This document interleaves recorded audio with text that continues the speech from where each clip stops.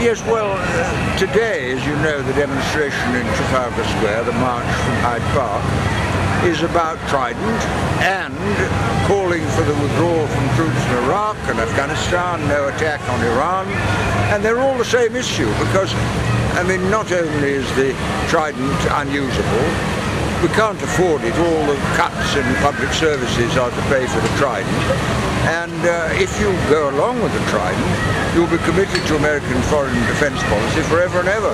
So I think what's really good about today is it brings different issues together instead of dealing with them in individual parts, because they're all about peace and justice and development. And the question of Trident is one of the issues, but it's not the only one. Now our next speaker needs no elaborate introduction. He's been the greatest peace campaigner of our times, the president of the Stop the War Coalition, Tony Benn.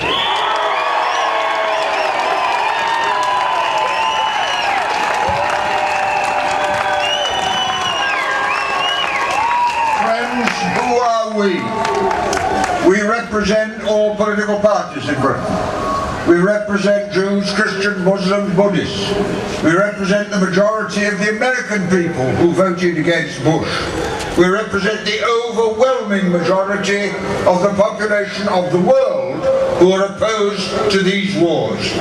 And what we're not a protest. I'm not protesting. I am demanding that all troops be withdrawn from Iraq. We are demanding that all troops be withdrawn from Afghanistan.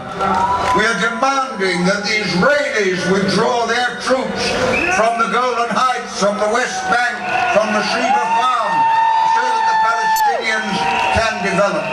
And we are not prepared to accept what the Prime Minister says, that he wants Britain to adopt a new program of weapons of mass destruction, for that is what the Trident is. He wants Britain to build more weapons of mass destruction in a world that desperately needs schools and hospitals and homes for old people and education and all the things that we need. Now we are in Trafalgar Square. A few yards down the road is Parliament, and we are demanding that members of Parliament listen to what we are saying today. Because I've been in Trafalgar Square many, many times in my life. I think the first time I came was over 50 years ago at the time of the Suez War, speaking here. The Suez War was abandoned. Spoke here in 1964 when a very well-known man was sentenced to life imprisonment. You know who he was? Nelson Mandela. Spoken here when Franco was the fascist leader in Spain.